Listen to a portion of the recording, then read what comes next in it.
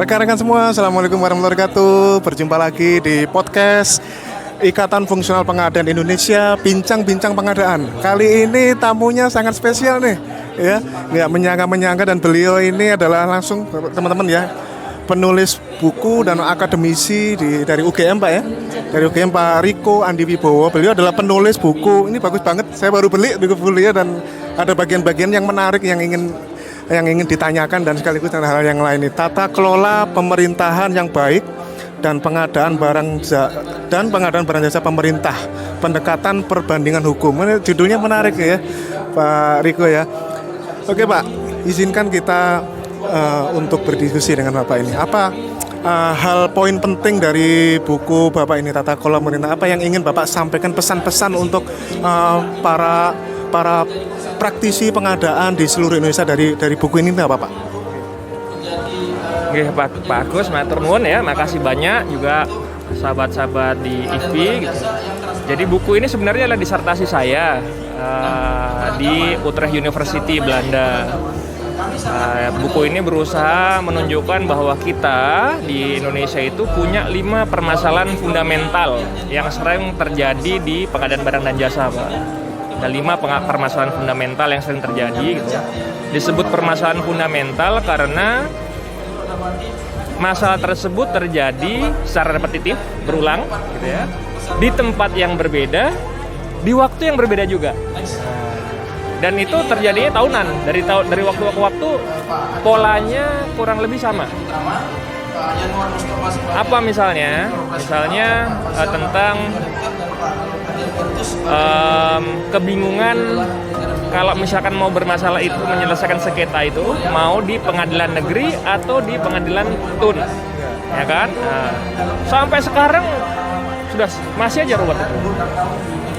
Atau tentang misalkan kalau Bapak masih ingat kasus EKTP, ya, kasus EKTP itu kita sudah tahu, publik sudah menduga bahwa kasus itu bermasalah, ya kan? Kasus itu sudah bermasalah. Masuk KPPU masuk ke sana, ya kan, dilaporkan KPPU masuk. Tapi KPPU masuk, proses tendernya itu nggak pernah berhenti. Malah Pak Menteri pada waktu itu seakan-akan mempercepat untuk teken kontrak. SPPB-nya udah keluar, ya kan, kontraknya belum. Gitu. Ini malah dia terus lagi lanjut. Nah, jadi ada proses akuntabilitas yang bisa punya ruang untuk diperkuat gitu. Itu masalah yang kedua. Masalah yang lain misalnya adalah bicara tentang distrust atau ketidakpercayaan ya. Ketidakpercayaan. Jadi kan kalau saya riset ke lapangan, saya ketemu sama kawan-kawan itu, kalau kawan-kawan pelaku pengadaan bilangnya adalah kami ini loh sering dijolimi sama APH. Nah ya kan? Kami ini sering dijolimi sama APH. Terus yang kalau saya ketemu sama APH, wih itu Pak, mereka itu ya Allah katanya. Nah, ini di mana? Kok bisa terjadi stres ini? Apa penyebabnya? Di luar negeri bagaimana? Di Belanda bagaimana? Di Inggris bagaimana? Nah, karena saya risetnya dulu saya S3-nya di Belanda, saya makanya melakukan perbandingan dengan Belanda. Dan saya juga Belanda sama Inggris nggak jauh gitu ya, cuman 1 jam terbang gitu. Jadi saya juga riset lapangan di Inggris. Dan apa Pak poin penting yang bisa disampaikan Pak? Poin penting yang bisa intinya adalah satu, pendekatan mereka itu mengedepankan hukum administrasi. Ya, hukum administrasi ya. Yang kedua, ya kan, mereka itu menyampaikan informasi yang lebih terbuka. Jadi misalkan dokumen tender itu adalah dokumen yang dari awal itu bisa dipermasalahkan. Kalau misalkan di tempat kita kadang-kadang ada kasus-kasus tertentu itu yang bilang bahwa lo ini sama hakimnya bilang gini, Anda ini kan belum dirugikan apa-apa, kok udah menggugat. Nah ya kan, kalau di sana ditegaskan justru karena saya belum rugi apa-apa ini, saya gugat sekarang. Nah, tapi prosesnya mereka bersidang itu jauh lebih efektif dan lebih efisien dibandingkan di Indonesia. Saya nemenin teman-teman misalkan bersidang gitu ya, itu kan nggak efektif. kita datang ke pengadilan jam 9, nanti sidangnya jam 3, jam 5 sore. Habis waktu kita, Pak. Nah, dan mereka itu bisa bikin sidang yang efektif, efisien, dan lembaga peradilannya itu terpercaya. Nah, apa yang kemudian bisa dipetik dari sana? Hal-hal apa saja? Nah, itu semua rangkaian dari 5 hal yang nanti kemudian saya coba ceritakan dalam buku ini. Itu akan menjadi poin-poin yang esensial kalau misalkan kita mau mendiskusikan tentang RUU pengadaan. Nah, karena 5 hal ini adalah 5 hal yang cocoknya didiskusikan di level undang-undang. Nah, ini levelnya. Karena apa adalah cocok di level undang-undang? Karena yang mau diatur itu salah satunya tentang kompetensi peradilan. Nah, perpres, perlem segala macam nggak boleh dia ngatur-ngatur pengadilan itu. Itu lembaga independen. Nah, kita mau masuk ke wilayah itu. Kita mau masuk ke wilayah peradilan itu, gimana caranya supaya bisa melayani sengketa pengadaan dengan efektif dan efisien, gitu ya. Nah, karena peradilan yang mau diatur, maka harus melalui undang-undang. Harus ada persetujuan rakyat di situ melalui anggota dewan, ya kan? Nah, jadi pemerintah eksekutif sama legislatif dia bikin regulasi, ngatur yudikatif boleh. Tapi kalau cuma eksekutif doang nggak boleh.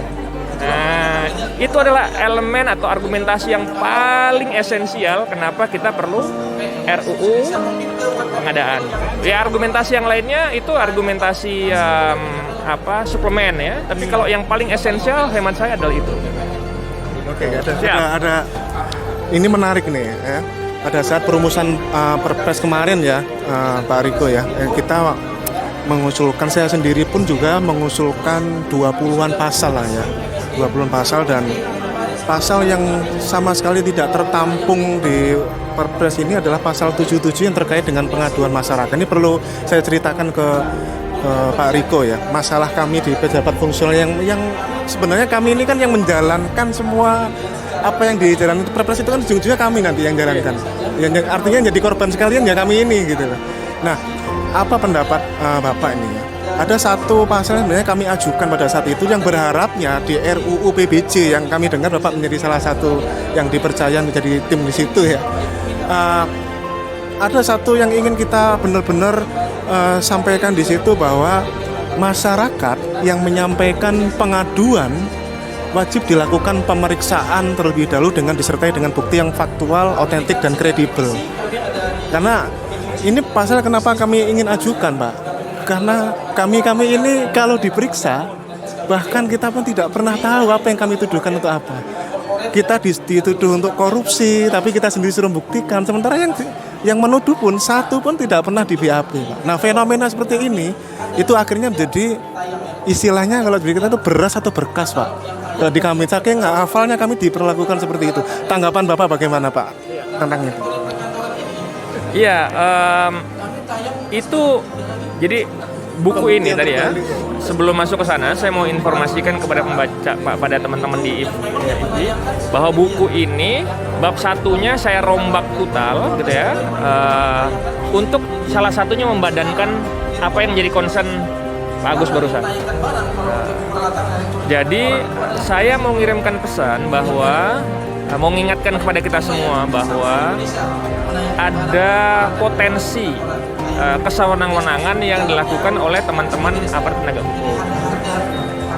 Tidak semuanya, tentu saja tidak semuanya gitu ya, tapi mereka berpotensi untuk melakukan kesewenang-wenangan karena norma dalam regulasinya memungkinkan mereka untuk melakukan itu. Ya kan? Norma apa yang dipakai di selama ini? Norma yang paling krusial untuk menjadikan catatan itu adalah pasal 2, pasal 3 Undang-Undang Tipikor. Pasal ini niatnya baik, saya jelaskan dalam buku ini. Pasal ini niatnya baik sekali gitu ya, ketika nyusun itu. Tetapi secara konseptual itu dapat dipertanyakan. Secara konseptual itu dapat dipertanyakan karena pasal ini pasal pidana, ya kan, tapi menggunakan standar pembuktian hukum administrasi. Pasal pidana standarnya oke. Nah, jadi kalau Sarul dalam konteks ilmu hukum, kalau misalkan normanya itu norma hukum pidana, standar pembuktiannya itu adalah standar pembuktian hukum pidana. yang lebih tinggi. Paling tinggi standar pembuktian itu hukum pidana gitu ya. Kalau misalkan kita plesetkan itu berarti misalkan hakul yakin lah, misalkan bahasa kita tuh. Kalau dalam bahasa luarnya beyond reasonable doubt, jadi tidak ada lagi keraguan di dalamnya. Ya, buktinya itu lebih terang dibandingkan cahaya. Wah, ya kan? Bukti itu lebih terang dibandingkan cahaya. Jadi kita lihat langsung tahu bahwa memang ini bermasalah gitu. Nah, kalau standar pembuktian dalam hukum administrasi itu sama dengan standar pembuktian dalam hukum perdata yang disebut sebagai more likely than not. Atau dalam bahasa kita mungkin kita bisa alih bahasakan agaknya. Agaknya ini memang bermasalah nih. Agaknya dia curang, kita putuskan ini kontrak misalkan kita kan, nah, kita ini kan. Jadi ragam sanksinya berbeda, standar pembuktiannya berbeda, mekanisme pendekatannya berbeda, cara berpikirnya berbeda. Nah, yang terjadi adalah teman-teman APH datang memeriksa kawan-kawan pengadaan, ya kan, praktisi pengadaan. Mereka sebagai APH pakai powernya sebagai orang hukum pidana, tapi menggunakan standar pembuktiannya hukum administrasi. Akibatnya apa? Akibatnya orang-orang yang tidak memenuhi standar hukum pidana untuk dianggap salah, sudah bisa dianggap bersalah. Karena standar pembuktian hukum administrasi. Gitu. Jadi kan standar pembuktian hukum administrasi, tapi sanksinya apa? Sanksinya pidana. Nah, itu dia masalahnya kan. Ya. Kalau di luar negeri bagaimana? Di luar negeri itu teman-teman penegak hukum itu bekerja in the dark, in silent dia. Dia low profile. Dia nggak akan woro-woro, dia nggak ini. Dia kerjanya kerja investigatif. Kerja investigatif. Dia dapat rekaman, dia dapat bukti transfer uang, dia dapat ini. Iya. Dapat ya kan, begitu dipanggil set gitu kan, nah, dia berkelak nggak bisa, ini buktinya ini. Nih kami punya foto Anda lagi meeting sama dia di rumah sakit, di restoran ini. Kami punya ini. Kerja kayak kerja KPK zaman sebelumnya ini lah, ya kan? Jadi dia orang ngomong nggak mungkin ini ada rekaman Anda nih apel Malang sama apel Washington, misalkan gitu. Nggak bisa dia ngelak. Ya kan, dia nggak bisa ngelak. Nah, kalau yang terjadi di lapangan atau di daerah itu kadang-kadang saya baca berkasnya, saya tidak cukup teryakinkan. Oh, kalau kayak gini masih ya mungkin saja saya bilang sama penyidiknya, mungkin saja bermasalah, Pak. Tapi kalau Bapak mau saya ke pidana dengan ini saja, saya tidak teryakinkan, saya bilang. Mereka bisa saja mengatakan bahwa Pak nanti kita gali lagi di pengadilan. Oh nggak bisa, kalau menurut saya you punya standar dulu gitu kan, keterpenuhan dulu gitu. Jangan jangan nanti hantam dulu baru pikir belakangan, nggak fair itu. Nah, itu juga yang menjadi salah satu concern ya, yang coba diulas di buku ini, termasuk yang perlu kita pikirkan di RUU. Ya memang bahwa pengadaan barang dan jasa memang sektor yang selalu dipandang dan memang lukratif ya, berminyak gitu ya, untuk terjadi abusif, tapi juga pendekatannya untuk penyelesaian masalah juga tetap harus proporsional. Gitu. Menarik ini Pak. Ya, makin lama makin menarik rekan-rekan ya diskusi kita ini. Memang begitulah, kami ini kan fungsional ya, dan kami ini di lapangan ya sering ditugaskan sebagai pokja pemilihan, pejabat pengadaan, yang ujung-ujungnya adalah kami yang menjalankan kebijakan itu sekaligus yang sering dijadikan tumbal dan lain sebagainya, dan itu kalau mau cerita sangat banyak sekali dan faktanya. Tapi memang itulah yang kita rasakan, Dok, bahwa kita ini dituduh sekaligus kita yang suruh membuktikan gitu. Dan ujung-ujungnya yang diperiksa adalah prosedur-prosedur semua, dicari itu kesalahan-kesalahan prosedural administrasi yang diangkatnya ke pidana. Itulah yang makanya di Perpres kemarin itu kita menyampaikan usulan pasal itu, walaupun memang sejujurnya ditolak juga ya, tidak ada. Nah, apa yang kira-kira ini di rancangan undang-undang PBJ pengadaan barang dan jasa ini yang ingin Bapak bisa kiranya masukan Pak dalam rangka, karena ekosistemnya tidak baik kalau seperti ini. Nanti orang akan saling menghancurkan kalau seperti ini. Apa yang kira-kira Bapak akan rencanakan untuk di RUU PBJ nanti ini? Kira-kira masukan Bapak? Yang pertama, saya belum masuk di tim RUU-nya itu ya, saya belum masuk, dan kayaknya isu itu baru mulai booming, mulai ngangkat lagi setelah Pak Kepala LKPP berganti ya. Tetapi memang saya pernah menuliskan itu dan pernah sharing itu di jurnalnya LKPP maupun di buku ini gitu.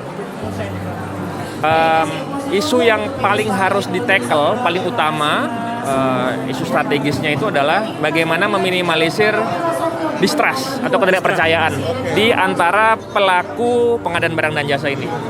Teman-teman pengadaan bisa trust kepada atau bisa percaya kepada penegak hukum bisa percaya dengan ini dengan teman-teman juga dengan auditor pun demikian, dan begitu juga sebaliknya. Nah, caranya bagaimana? Caranya adalah bagian-bagian yang kiranya berpeluang untuk menjadi masalah itu dibikin terang. Misalkan bicara tentang, saya tuliskan di sini tentang keputusan pemenang tender ya. Di tempat kita itu informasinya masih lebih transparan dibandingkan yang sebelumnya. Tahun-tahun sebelumnya masih lebih transparan. Tetapi kalau dibandingkan luar negeri, notifikasi siapa yang menang dan kenapa dia menang itu di luar negeri jauh lebih bagus. Iya, bagusnya gimana? Misalkan gini Pak, katakanlah ada yang menang tender, ada 5 nih ya, ada 5 nih gitu, peserta tendernya gitu. Yang menang yang C misalkan ya. Maka yang A, B, D dan E, dia juga mendapatkan notifikasi. Anda mohon maaf ya, kami dari Poja, kami menginformasikan bahwa kami menyesal untuk menginformasikan bahwa Anda kalah tender gitu ya. Alasan Anda karena kalah tender adalah skor Anda total begini. Perbandingan Anda itu berarti kalah dengan pemenang segini gitu ya. Dia bandingkan itu antara pemenang tender sama dirinya. Jadi bukan semuanya, hanya dengan antara dia dan pemenang tender saja. Terus bukan hanya skor yang diperbandingkan, tetapi juga penjelasan verbal. Jadi dia bilang misalkan adalah kami tidak yakin dengan ini gitu ya yang Anda ajukan karena begini. Nah, maka dari itu Anda skornya saya kasih 64. Sedangkan pemenang itu kami kasih nilai 80 karena begini. Dia jelaskan Pak. Dia jelaskan. Yang kalah. Secara sistem ya? Iya, secara sistem. Gitu. Nah, terus kadang-kadang nanti dari beberapa aneka komponen itu dia bilang di situ bahwa misalkan untuk poin yang ini Anda lebih tinggi dibandingkan si pemenang karena nilai pemenang 78, nilai Anda saya kasih 82. Dia jelaskan. Jadi saya udah pelajari semua dokumennya. Oh ya, kalau begini caranya ini saya narasikan itu, ini self-explanatory atau dokumen yang mampu menjelaskan dengan dirinya sendiri, ya kan? Kan dokumen itu kalau misalkan kita masih harus ngomong bersama dengan dokumen tersebut itu berarti belum self-explanatory gitu. Tapi kalau misalkan dokumen ini berpindah, kita katakanlah udah meninggal gitu ya, dan dia masih bisa bercerita dengan dirinya sendiri, nah itu udah self-explanatory. Nah dokumen-dokumen mereka itu tentang pemenang tender itu kenapa dia memberikan tender itu kepada X bukan kepada Y, itu udah self-explanatory. Punya kita menurut saya nggak self-explanatory itu. Apa itu 83? Apa itu 74? Dari mana? Dari mana saya tahu gitu sebagai pembaca? Saya nggak tahu. Nah, mungkin saja nanti kalau ditanya bisa cerita lagi, tapi dari sisi derajat transparansi itu masih belum self-explanatory. Menarik. Iya, seperti debriefing ya, kalau seperti proses debriefing ya. Gitu ya. Dia udah kalau debriefing itu kalau mereka gunakan itu kalau misalkan kalau di sana debriefing itu konteksnya kalau mau ekskalasi permasalahan. Saya kalah tender, saya tanya sama bapak kan, kenapa saya kalah? Ini kenapa begini? Nah, baru ada proses verbal ya, proses yang lebih intimate. Tapi kalau yang tadi itu dokumen itu, ini sifatnya lebih lebih terbuka gitu ya, dan tertulis. Kalau debriefing dimaknai di Inggris sama di Belanda itu lebih verbal, either pakai phone atau pakai email gitu ya. Oke. Terakhir ini dok, tentang Perpres ya, perubahan yang kedua ini yang kemarin LKPP sudah memberikan official slide-nya ya. Sejujurnya peraturan Perpresnya sendiri cuma belum dirilis sama LKPP ya. Tapi berhubung kemarin sudah diberikan bocoran keras lah istilahnya ya. Apa ada hal yang ingin Bapak sampaikan nih kepada seluruh rakyat Indonesia ini ya tentang perubahan yang kedua? Tanggapan Bapak bagaimana? Apa yang Bapak harapkan dan tanggapan Bapak tentang perubahan kedua ini apa ini?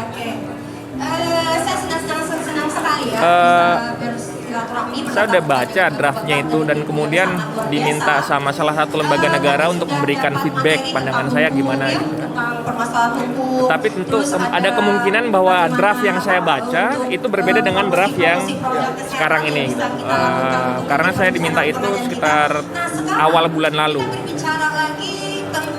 Nah, tapi apapun itu, saya coba menangkap pesan atau suasana kebatinan pemerintah ya, pemerintah pusat terutama. Salah satu yang saya coba tangkap itu adalah instruksi presiden ketika beliau mengumpulkan rakornas pengawas, Pak. Inspektorat sama BPKP dikumpulkan semuanya di Jakarta. Presiden kemudian pada waktu itu menginstruksikan bahwa kurang lebih beliau bahasanya gini, saya nggak mau tahu, pokoknya pilih yang produk dalam negeri. Saya nggak mau dengar ada alasan yang lain. Ya. Beliau mencontohkan tiga barang yang mau dibeli itu. Yang satu semacam tes untuk COVID itu, selisihnya antara reagen kalau nggak salah ya. Selisihnya cuma 2.000-an perak antara Indonesia sama yang di luar negeri gitu. Yang kedua saya lupa apa, yang ketiga itu mesin jahit kalau nggak salah. Nah, bedanya itu sekitar 5,9 juta atau 9,5 juta, saya lupa. Nah, statementnya beliau adalah pokoknya dari itu. Pokoknya beli yang dalam negeri. Tutup mata, saya nggak mau tahu. Saya khawatir dengan statement seperti itu. Plus-minusnya kalau plusnya saya itu adalah hal yang baik sekali karena beliau menunjukkan komitmen yang luar biasa kepada produk dalam negeri gitu ya. Plus yang lain adalah itu sesuai dengan situasi global ya, di mana pasar globalnya lesu gitu ya. Dan karena pasar global lesu ya berarti kita harus internal marketnya harus kuat, ya kan? Nah, jadi caranya dengan menyerap.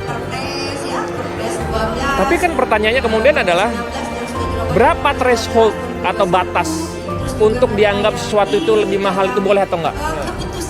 Di mana penjelasan itu? Di mana dokumennya dikeluarkan sama Presiden, sama Setnek, sama Setkap, sama LKPP? Mana paduannya? Ya kan? Bagaimana kalau yang terjadi adalah industri-industri dalam negeri ini bilang, ya udah yuk kalau gitu kita naikin aja. Udah diserap juga sama pemerintah. Mungkin nggak itu terjadi? Mungkin nggak mereka kayak gitu? Indonesia pernah nggak punya masalah kayak gitu dengan pepeng itu, pengusaha pejabat, ya kan? Kan dulu bukankah kita dulu zamannya Soekarno pernah punya terjatuh di lubang yang kayak gitu? Kok mau diulangi? Pernah Pak, dulu itu kayak gitu. Jadi ada kebijakan protektif kepada Bumi Putra, ya kan, gitu ya, untuk mendapatkan insentif dari pemerintah. Terus kemudian Bumi Putranya karena belum punya kapasitas, ya kan, dia kerjasama lagi sama pihak lain. Bumi Putranya cuma jadi nama. Yang ini tahun berapa itu? Zamannya Soekarno Pak. Zaman Soekarno. Nah, terus tadi kan itu kan berapa thresholdnya tadi itu. Terus kalau misalkan semuanya diambil yang dari dalam negeri, padahal budget kita terbatas, berarti kan ada kemungkinan bahwa nanti jumlah yang berhasil didapatkan dari proses pengadaan jauh lebih kecil dibandingkan yang diperlukan. Bagaimana pemerintah menjelaskan itu? Ya kan? Bagaimana pemerintah menjelaskan itu? Kalau misalkan yang dibutuhkan sama badan publik tersebut katakanlah let's say 5.000 gitu. Ternyata yang dengan kebijakan seperti itu yang didapatkan cuma 3.500. 1.500-nya bagaimana? Atau malah situasi yang lebih buruk lagi adalah bagaimana kalau misalkan setelah presiden ini selesai masa kepengurusannya, nanti seperti yang buku ini bilang gitu, baru masalahnya kenapa you beli lebih mahal? Kualitasnya. Kenapa kualitasnya begini nggak jelas? Durability. Jadi apakah nanti kami bisa juga ikut? Terus ada pertanyaan juga. ada dokumen yang lagi-lagi ya, ada pernyataan yang tidak self explanatory. Terus Bu, kalau nanti dikonsolidasi, Nah, kalau paket-paketnya saya pikir ya kan teman-teman pengadaan termasuk teman-teman di Bapak Ibu di LKPP itu ketika menerima instruksi dari kepala negara, kepala pemerintahan gitu ya. Oke, di satu sisi itu adalah instruksi yang menarik gitu ya, tapi juga perlu untuk memberikan masukan yang mungkin beliau belum aware gitu. Karena nanti yang akan kena getahnya kan teman-teman di lapangan. Siapa yang bisa menggaransi tadi itu? Ketika kekhawatiran yang barusan ini. Pertanyaan saya yang paling singkat, dokumen mana? Dokumen mana yang bisa menjelaskan itu? Kalau tadi pernyataannya presiden ada di Setcap, saya bisa tunjukkan gitu. Dia udah tulis hal ini di Jakarta Post ya, di website Jakarta Post, atau nanti bisa saya share juga. Tapi dokumennya publik yang dimiliki pemerintah yang mana? Gitu. Makanya saya katakan dalam Jakarta Post ini adalah contoh dari riset yang tidak kebijakan yang tidak research based, tidak berbasis riset. Gitu. Makanya saya kasih judul The Quest for Research Based Policy in Indonesia gitu. Jadi pencarian atau pengelanaan kebijakan yang berbasis riset di Indonesia. Karena mereka cuma berkelana ya, tapi nggak dapat gitu. Kan khawatir tuh Pak. Baik. Wah, ini obrolannya daging semua nih teman-teman ya. Memang ya itulah adanya ya, sebenarnya kalau saya pribadi sebagai penulis buku itu berharapnya kebijakan prioritas dalam negeri itu sektor-sektor industri kreatif lah, ada 17 sektor itu bisa lah 100% ya. Yang ini masalahnya hantam promo ini. Tapi ya itulah, nanti kita bisa diskusikan lagi ya Pak Riko. Terima kasih atas waktunya di podcast kami, sudi mampir di podcast kami. Sukses. Iya. Terima kasih. Iya. Terbitan Kencana, saya juga menerbitkan buku di Kencana. Oh iya. Kita sama penulis Kencana Pak. Oh iya. Besar, bagus sekali ya. Baik, kita ketemu lagi di podcast IFI selanjutnya. Terima kasih. Assalamualaikum warahmatullahi wabarakatuh. Salam pengadaan. Terima kasih Pak Riko.